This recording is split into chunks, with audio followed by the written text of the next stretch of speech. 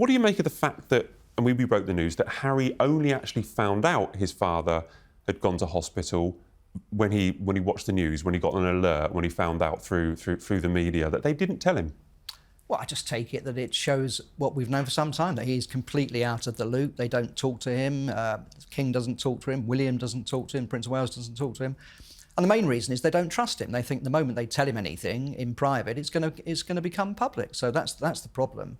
But it just goes to show the fact that he didn't even know his own father was hospitalised. Shows that unfortunately this rift is as far apart as ever. That's that's plain for everyone to see. Do you think they should have told him? I mean, it is his father after all. You know, it's father and son. Do you think he should have been told? I mean, once you've published a whole book that airs the dirty laundry of your entire childhood and your family and really private moments, I really don't blame the royal family for not sharing that information with him. But you're right, it does really show how cut off he is from the inner circle and what's happening there. And I really don't blame them. But I think that Harry is going to have a moment of reckoning when the King does pass eventually and say, oh, I really did miss out on those last years of my dad's life. And I think that he's going to have a total moment where he just regrets everything that he's done to that family. And that's going to come much later, but this just shows how out of touch he is right now with them. I think also Queen Camilla very much wants to protect Charles. You know, she feels that any stress is bad for him as he's battling his cancer and getting back to duties. And Harry, unfortunately, is stress.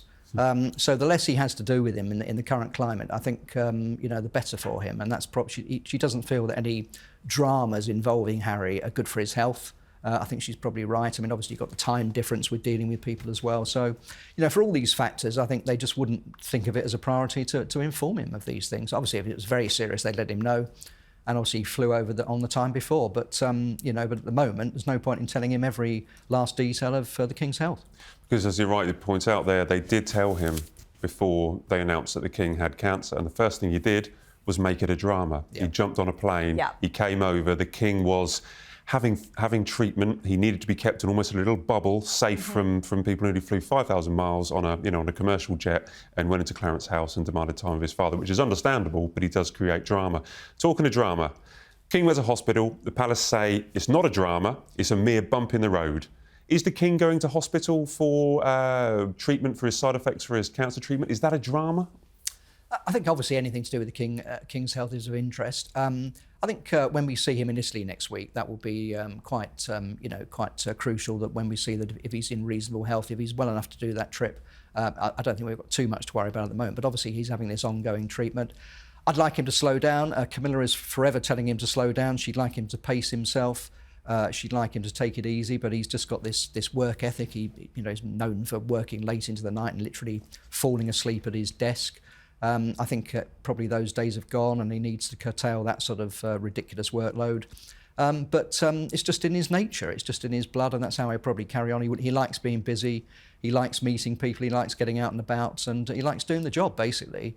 So I don't think, he's not going to sort of disappear, but he really, for his own good, ought to slow down a bit and pace himself. And that does, I think you're going to talk about this, Matt, it does present an opportunity for other people, perhaps Sophie, Duchess of Edinburgh, to step up and do a bit more. Well, there have been eyebrows raised at the fact that, another Sophie, this is the Duchess of Sophie, the Duchess of Edinburgh, Sophie, that she isn't being used more because she's basically chomping at the bit, because a lot of the time it's the King is being thrust into everything. He's been forced to make, William's dealing with Catherine at the moment, he's got a lot going on, we don't have Harry, we don't have Andrew. Are you a big fan of the Duchess of Edinburgh by a chance? I mean, I don't mind her, but I do think that the King has been really needed right now. There's been a lot of division in Britain, a lot of division globally. I know that the King is almost being used as a bargaining chip for the UK to get back in with Donald Trump after all of that. So I think that the King is very needed right now, and he's so stoic. I almost forgot that he was battling cancer the past year because he's been out there shaking hands and doing what he does best. But I think that William is probably going to need to start getting ready, let's just say, for the incoming position. I know that he's been doing that his entire life, but it's never good when the palace makes an announcement like that.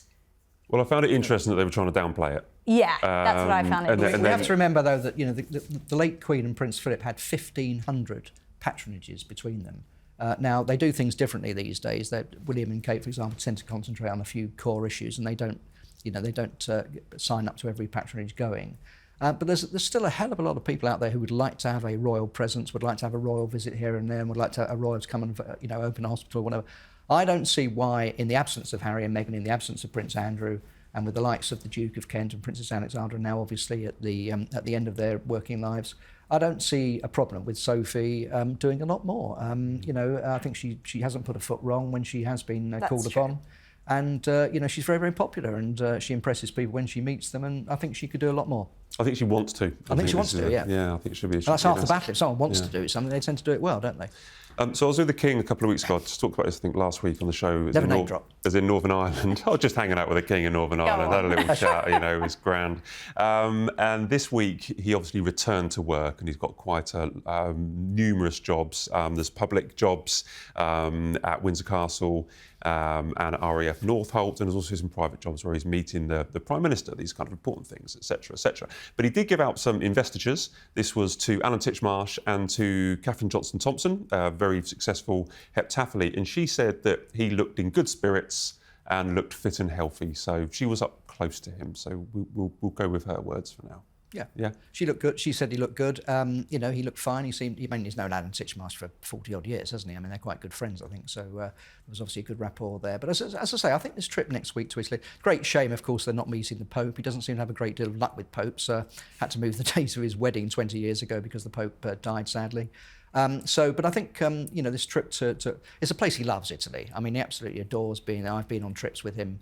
I remember once going to the Uffizi Gallery in Florence and him being in the room. It's great, actually, because we were in there just waiting for him. So without all the hordes of tourists, we were able to look at the birth of Venus, and he came in and he was clearly deeply moved, and he said, I might never see these again, and he absolutely loves the culture. He absolutely loves the artwork and everything. So and he loves the Italian people. So I think it's going to be a good trip. I think you're going, Matt, aren't you? Yeah, I'm going. You'll enjoy it, and the press pack will enjoy it, and there'll be plenty to see, and Camilla will do well, and you'll see close up how he is. But if he's well enough to go on this trip, I think that bodes well. It's also their wedding anniversary, their 20th wedding anniversary next week in the middle of this trip, and I've looked at the itinerary.